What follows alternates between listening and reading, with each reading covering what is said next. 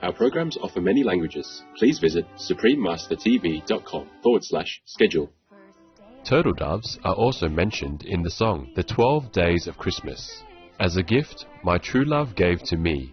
On the second day of Christmas, my true love gave to me. Doves are frequently mentioned in the Holy Bible and are symbols of peace, love, and loyalty.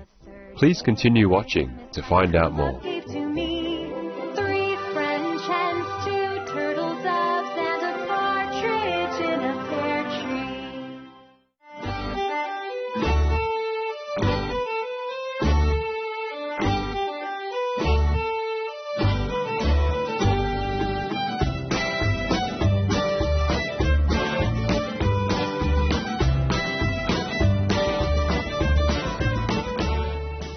Walking down the street in friendly Finland, someone might say to you, moi, which means hi or hello in Finnish, one of the nation's official languages.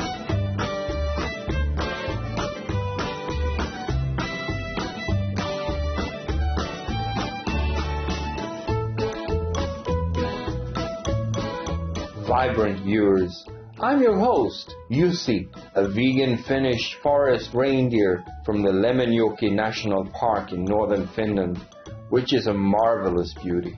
The animals and people of our land wish you a very Merry Christmas.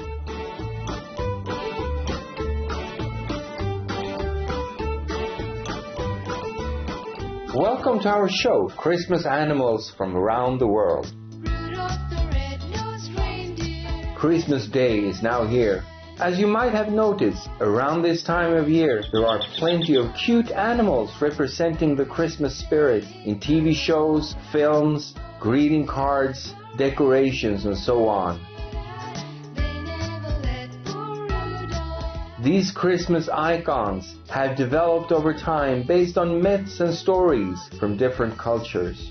We will explore some of these wonderful beings from around our world. First, just for fun, let's take a look at a few of my buddies.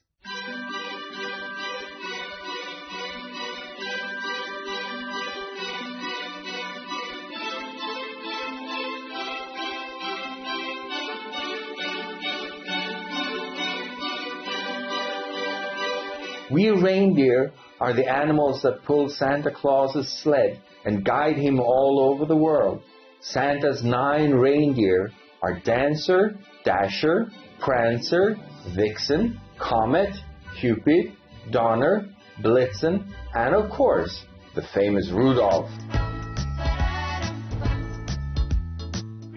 Rudolph the Red-Nosed Reindeer is a fictional reindeer created in 1939 by Robert Louis May. While working as an advertising copywriter for the American department store Montgomery Ward, Mr. May was requested by his employer to write a story for a free booklet to be given to Christmas shoppers. He adopted the idea of flying reindeer pulling Santa's sleigh from the popular 1823 poem A Visit from St. Nicholas, commonly known as The Night Before Christmas by Clement Clark Moore.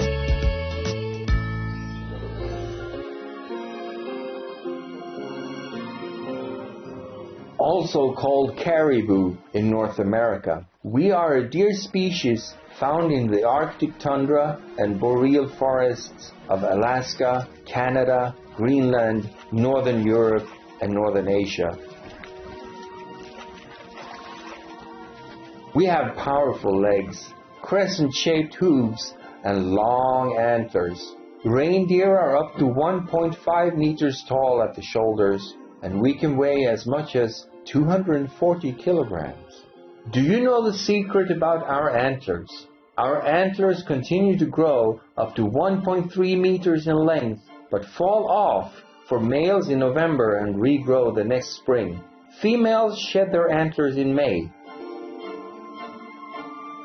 Our lovely red nose is richly packed with capillary vessels to cope with extreme temperatures. Researchers have found that it has a 25% higher density of blood vessels than a human nose. We are complete vegans and eat only herbs, grasses, mosses, ferns, fungi, leaves and shoots. Aside from reindeer, many other animals are closely connected with Christmas, including partridges and turtle doves, which are featured in the song The 12 Days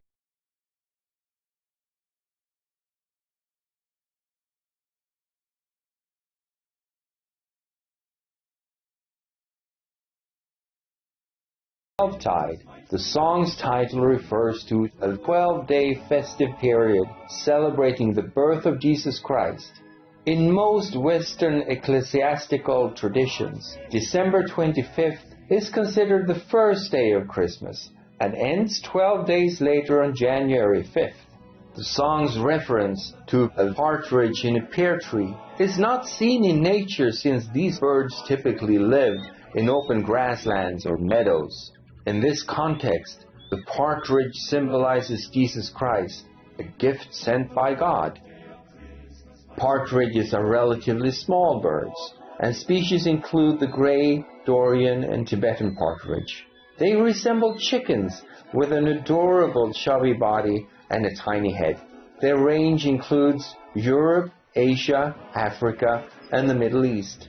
The birds search for seeds, nuts, and berries throughout the year, and adults also enjoy wheat, corn, ragweed, barley, thistle, and foxtail. Turtle doves are also mentioned in the song The 12 Days of Christmas as a gift my true love gave to me on the second day of Christmas. Doves are frequently mentioned in the Holy Bible and are symbols of peace, love, and loyalty. This bird has no connection to turtles. The name turtle dove does not actually refer to any one specific bird, but rather a group of doves, including the mourning dove, ringed turtle dove, and most specifically, the European turtle dove. The latter is a migratory species that likes to munch on seeds such as canola, millet, safflower, and sunflower. Cheerful viewers, I'm going for a stroll to get some exercise. When we return, we'll see more animals related to Christmas celebrations. Please stay tuned to Supreme Master Television. Welcome back to Christmas Animals from Around the World on Supreme Master Television. Now I'm going to talk about the English or European robin in relation to Christmas. Britain's national bird is frequently depicted on festive greeting cards and Christmas gift wrap. The British make use of robin ornaments to decorate their Christmas trees and cakes.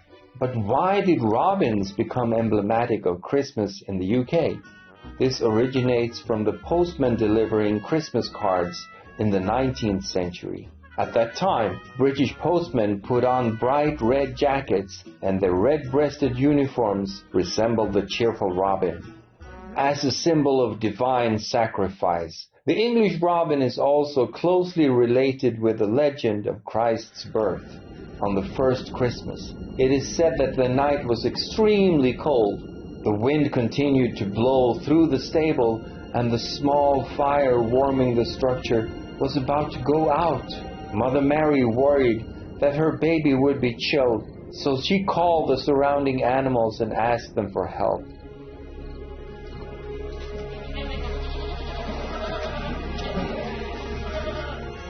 But in vain. However, a little robin heard Mary's plea and flew to the stable. He went over to the vanishing fire and flapped his soft yet strong wings vigorously. With his beak, the robin picked up some dry sticks and dropped them into the fire. As it did, a flame suddenly rose abruptly and burned the little bird's breast red. The sweet robin continued to fan the fire until it crackled brightly, keeping the holy infant warm. The baby Jesus slept happily, thanks to the robin.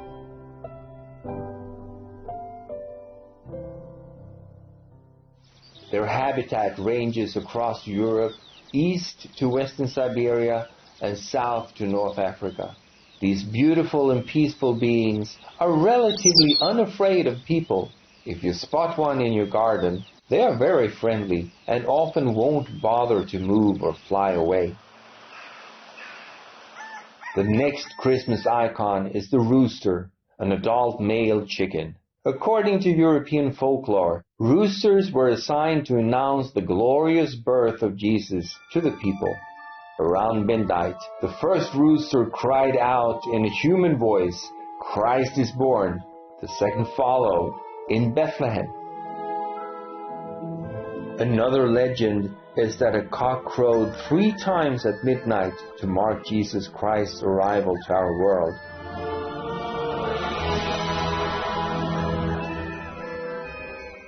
Nowadays, in honor of this event, the faithful in Spain, Latin America, and the Philippines attend a midnight or early morning mass on the morning of Christmas Day, called La Misa del Gallo, the Mass of the Rooster.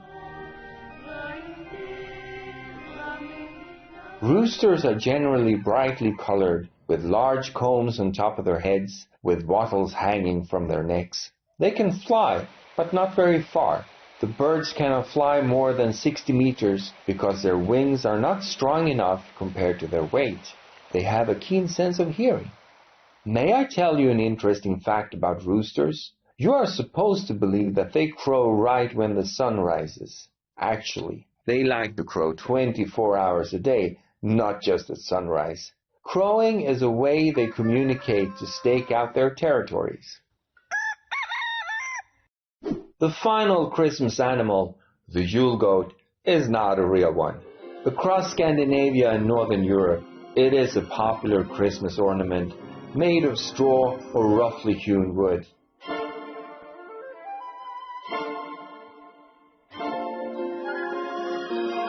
The Yule goat preceded Santa Claus in the 19th century as a distributor of gifts at Yuletide in Scandinavia. One tradition is that men would dress up as the Yule goat and give presents to family members. In Sweden, the goat was viewed as an invisible spirit that came before Christmas to check that all the preparations for the holiday were finished. Supreme Master CHINGHAI is the Santa Claus for her adorable dogs on Christmas Day. Oh, wow. Look like Christmas morning because I'm here in the bathroom. Whoa, what do we got here? Yo. Yo. Sit, goody, sit. Good boy. Hamid. Now, Hamid, leave it to him. You have another one. Sit, Hamid. Oh, Benny. Yeah. Oh, no. Oh, Hamid, sit. Hamid, yeah. Sit. Good girl. Merry Christmas. That's good. Hamid, sit. Merry Christmas. You like it?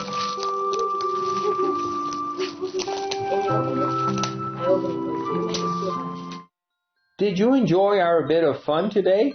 Many kinds of animals worldwide are connected to Christmas, and I can assure you that each species associated with this holy day is quite proud of this distinction. Cheerful viewers, thank you for joining us for our program, Christmas Animals from Around the World. Up next is The True Meaning of Monkhood, Part 5 of 9, on Between Master and Disciples, right after Noteworthy News. May we all enjoy the happy holiday season and make sure we remember our animal friends as well during this festive time. Our programs offer many languages. Please visit suprememastertv.com/schedule and suprememastertv.com/AW. Nos programmes offrent plusieurs langues. Veuillez visiter suprememastertv.com/schedule et suprememastertv.com/AW. Nuestros programas ofrecen varios idiomas. Visiten suprememastertv.com/schedule y suprememastertv.com/AW. برامجنا متوفرة بالعديد من اللغات. يرجى زيارة suprememastertv.com/schedule و suprememastertv.com/AW.